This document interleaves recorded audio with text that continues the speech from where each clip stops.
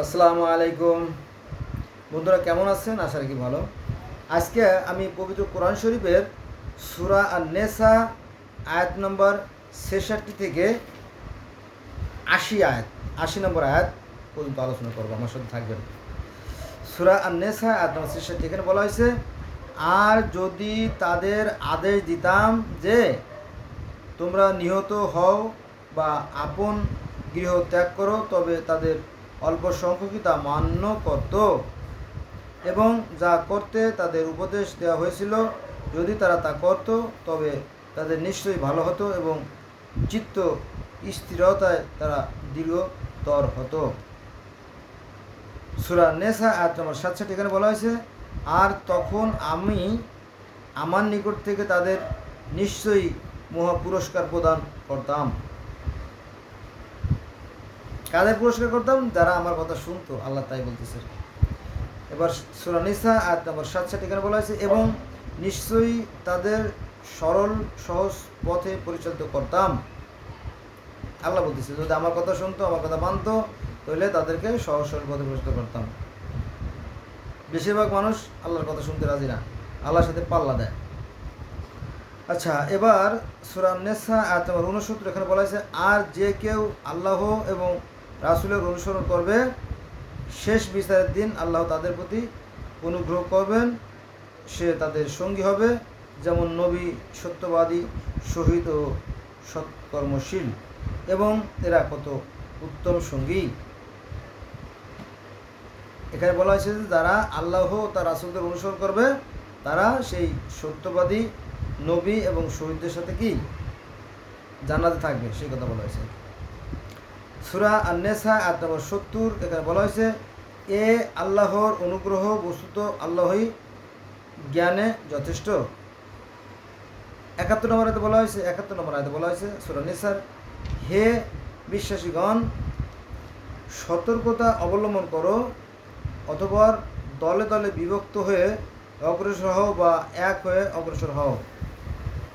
সূরা আন-নেসা আয়াত নম্বর 72, এখানে বলা হয়েছে, আর তোমাদের মধ্যে এমন লোকও আছে যে গড়িমসি করবেই, আর তোমাদের কোনো বিপদ হলে সে বলবে, আল্লাহ আমার প্রতি অত্যন্ত দয়া করেছেন যে আমি তাদের সঙ্গে উপস্থিত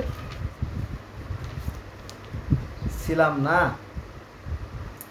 সূরা নিসা আয়াত নম্বর 73, এখানে বলা হয়েছে, আর যদি তোমাদের উপর আল্লাহর অনুগ্রহ হয় তবে যেন তোমাদের ও তাদের মধ্যে কোনো সম্বন্ধই ছিল না, এভাবে বলে, হায় যদি তাদের সাথে থাকতাম তবে আমিও বিরাট সাফল্য লাভ করতাম।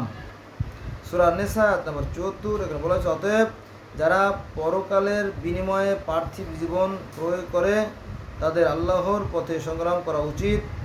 বস্তুত যে আল্লাহর পথে সংগ্রাম করবে সে নিহত হোক অথবা বিজয়ী হোক, তাকে আমি শীঘ্রই মহা পুরস্কার দান করব। আল্লাহর পথে যারা শহীদ হবে তাদের জন্য তো নিশ্চয়ই, তাই না, জীবনের বিনিময়ে মহামূল্যবান পুরস্কার পাবে, এটাই তো স্বাভাবিক। সূরা আন-নেসা আয়াত নম্বর 75, তোমাদের কি হয়েছে যে তোমরা আল্লাহর পথে এবং অসহায় নরনারী ও শিশুদের জন্য সংগ্রাম করবে না, যারা বলছে, হে আমাদের রব, এ অত্যাচারী শাসকের দেশ হতে আমাদের অন্যত্র নিয়ে যাও এবং তোমার নিকট হতে কাউকে আমার অভিভাবক করো এবং তোমার নিকট হতে কাউকে আমার সহায় হও। তো বলতেছেন যে এদের কি হলো যে এরা অত্যাচারী জালেমের বিরুদ্ধে এরা সংগ্রাম করতে রাজি হচ্ছে না, কি হয়েছে সেই কথা আল্লাহ বলতেছেন। সূরা আন-নেসা আয়াত নম্বর 76, এখানে বলা হয়েছে, যারা বিশ্বাসী তারা আল্লাহর পথে সংগ্রাম করে এবং যারা অবিশ্বাসী তারা তাগুতের পথে সংগ্রাম করে। তাগুত মানে কি? শয়তান, জালেম, অত্যাচারী আর কি, বা মিথ্যা পক্ষ নয়। আর যারা আল্লাহ হতে বিশ্বাস করে তারা কি সত্যের পথে সংগ্রাম করে, সেই কথা বলা হয়েছে। এবং সুতরাং তোমরা শয়তানের বন্ধুদের বিরুদ্ধে সংগ্রাম করো, শয়তান কৌশল দুর্বল। তোমরা শয়তানের বন্ধুদের বিরুদ্ধে সংগ্রাম করো, শয়তানের কৌশল দুর্বল।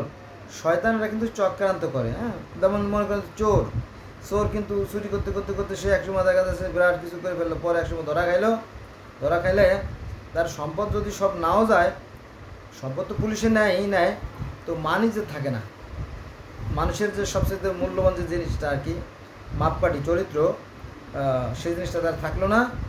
সবাই তাকে মনে মনে ঘৃণা করে, হ্যাঁ, এবং তাকে দেখলে মানুষ এড়িয়ে যায়, এটাই তার পুরস্কার, কিন্তু সে বুঝতে পারে না।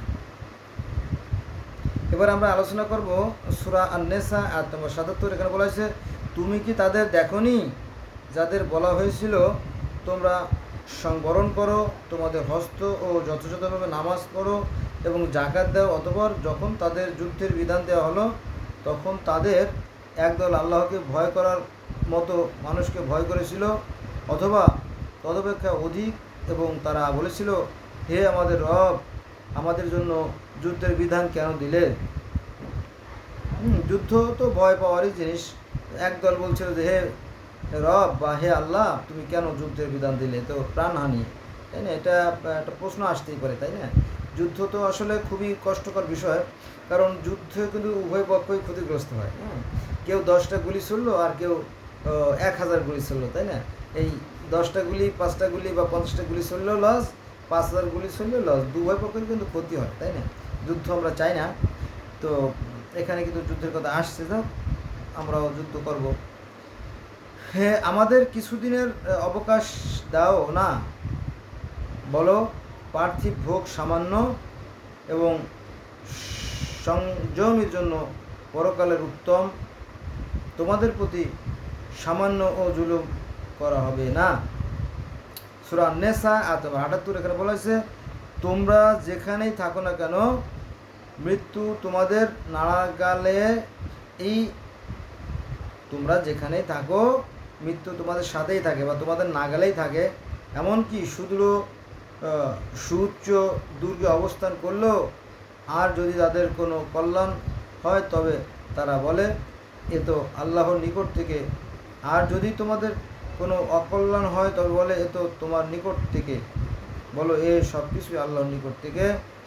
এ জাতির কি হয়েছে যে এরা একেবারেই কোনো কথা বোঝে না? সূরা আন-নিসা আয়াত নম্বর ৭৯। এখানে বলা হয়েছে, তোমার যা কল্যাণ হয় তা আল্লাহর নিকট থেকে এবং যা অকল্যাণ হয় তা তোমার নিজের কারণে। আমি তোমাদেরকে মানুষের জন্য রাসূল রূপে পাঠিয়েছি, সাক্ষী হিসেবে আল্লাহই যথেষ্ট। সূরা আন-নিসা আয়াত নম্বর ৮০। যে রাসূলের অনুসরণ করে সে তো আল্লাহরই আনুগত্য করলো, যে রাসূলের অনুসরণ করে সে তো আল্লাহরই আনুগত্য করলো, এবং যে মুখ ফিরিয়ে নেবে তোমাকে আমি তাদের উপর প্রহরী রূপে প্রেরণ করেছি। বন্ধুরা, আজকে এই পর্যন্তই। আল্লাহ হাফেজ, আমার সাথে থাকবেন।